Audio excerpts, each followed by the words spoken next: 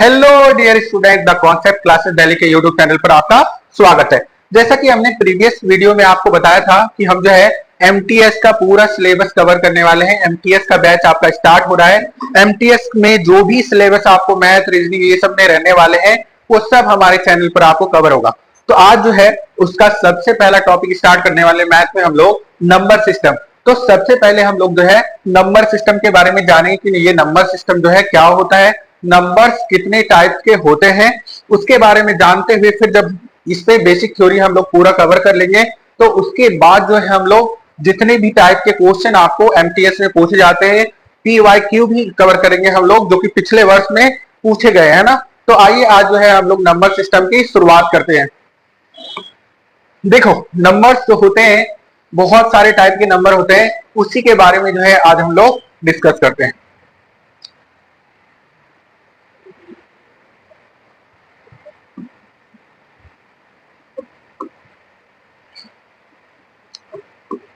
देखो, सबसे पहले अगर बात करें हम लोग तो प्राकृतिक संख्या की बात करते हैं, जिसको बोलते हैं हम लोग नेचुरल नंबर। नेचुरल नंबर हम लोगों ने बचपन से जो गिनती सीखी थी 1 2 3 4, तो अगर वहां से हम लोग स्टार्ट होंगे, देखो 1 2 3 4 5, तो ये सभी जो है आपको क्या है बोलो, प्राकृतिक संख्या, जिसको हम लोग नेचुरल नंबर बोलते हैं। आगे देखो, अगला अगर बात करेंगे हम लोग इवन नंबर की, जिसको बोलते हैं सम संख्या। तो जो पेयर्स में जो नंबर होते हैं, जैसे देखो आपका 2 4 6 8 10 12, ये सभी जो होते हैं क्या होते हैं बोलो, सम संख्या होते हैं। और सम संख्या में जो है अपना जीरो भी काउंट होता है, क्योंकि किसी भी नंबर के पीछे अगर हम जीरो लगाते हैं तो वो संख्या जो है इवन नंबर बन जाती है। बात करते हैं ऑड नंबर की। ऑड जो कि आपको पेयर्स में जो नंबर नहीं होते हैं उसे हम लोग ऑड नंबर कहते हैं ना। जैसे देखो 1 3 5 7 9, ये सभी जो होते हैं ऑड नंबर होते हैं, जिसे बोलते हैं हम लोग विषम संख्या। अगर बात करो होल नंबर, जो अपना नेचुरल नंबर था, नेचुरल नंबर के आगे अगर आप जीरो के साथ काउंट कर लोगे चीजों को, 0 1 2 3 4 5, तो ये क्या कहला जाएगा, आपको पूर्ण संख्या होल नंबर कहला जाएगा। उसके बाद अगर बात करें हम लोग पूर्णांक संख्या की, इंटीजर्स की, तो देखो इंटीजर्स क्या होते हैं। हम लोग बचपन से एक नंबर लाइन बनाते थे, इस पर लिखते थे 0 1 2 3, इधर बात करेंगे -1 -2, है ना, -3। तो देखो इंटीजर्स क्या होता है, हम लोग माइनस इंफिनिटी वैल्यू के साथ भी जा सकते हैं, प्लस इंफिनिटी वैल्यू के साथ भी जा सकते हैं, और जीरो भी काउंट होता है इंटीजर में। तो देखो अगर इंटीजर्स की बात करें तो इंटीजर हमारा माइनस में भी होता है, इंटीजर हमारा प्लस में भी होता है, और इसी को हम लोग क्या बोलते हैं, पूर्णांक संख्या।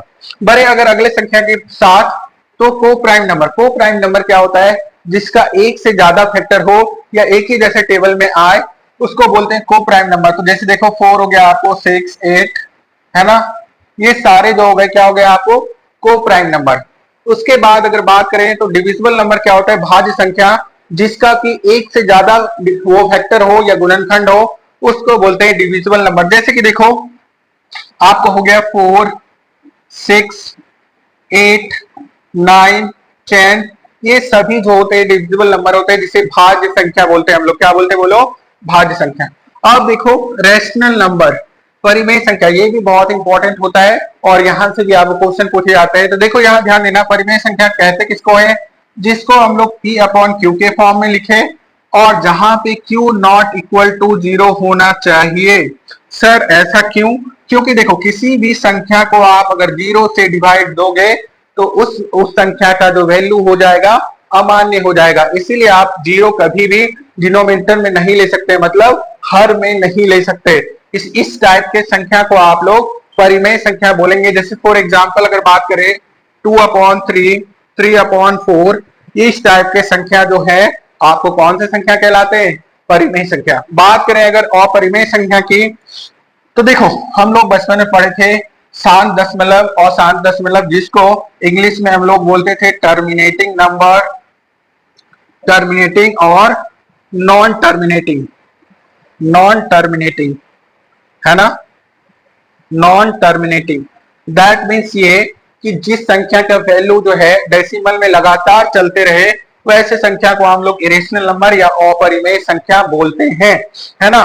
तो देखो, तो जैसे मान लो बात कर ले हम लोग √2, √3, √5, पाई, ये सभी जो होते हैं अपना कौन सा संख्या होता है, इरेशनल नंबर होता है ना। अब देखो, अब बात कर ले अगली संख्या जो है वो है अपना रियल नंबर। तो हम लोगों ने जितनी भी संख्याएं पढ़ी ये सभी जो है रियल नंबर के अंतर्गत आ जाता है, वास्तविक संख्या के अंतर्गत आ जाता है ना। तो रियल नंबर में ये सभी संख्याएं जो है काउंट हो जाती है ना। तो उम्मीद करते हैं कि ये आपको सारे टाइप्स के नंबर जो है बहुत ही अच्छे तरीके से समझ में आया होगा।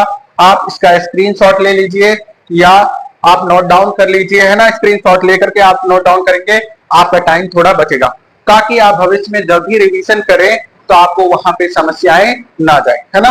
तो आज जो है इस लेक्चर को यहीं पे खत्म करते हैं, मिलेंगे अगले वीडियो में। अगर आप कोई नए एस्पायरेंट हमारे चैनल के साथ जुड़े हैं तो हमारे जो चैनल को है सब्सक्राइब कर लीजिए। आपका दोस्त अगर कोई एमटीएस का तैयारी कर रहा है या एसएससी का या कोई भी इवन गवर्नमेंट जॉब की तैयारी कर रहा है तो आप उनके साथ भी वीडियो को शेयर कर सकते हैं और चैनल को सब्सक्राइब करने के लिए बोल सकते हैं। आज का लेक्चर यहीं पे खत्म करते हैं।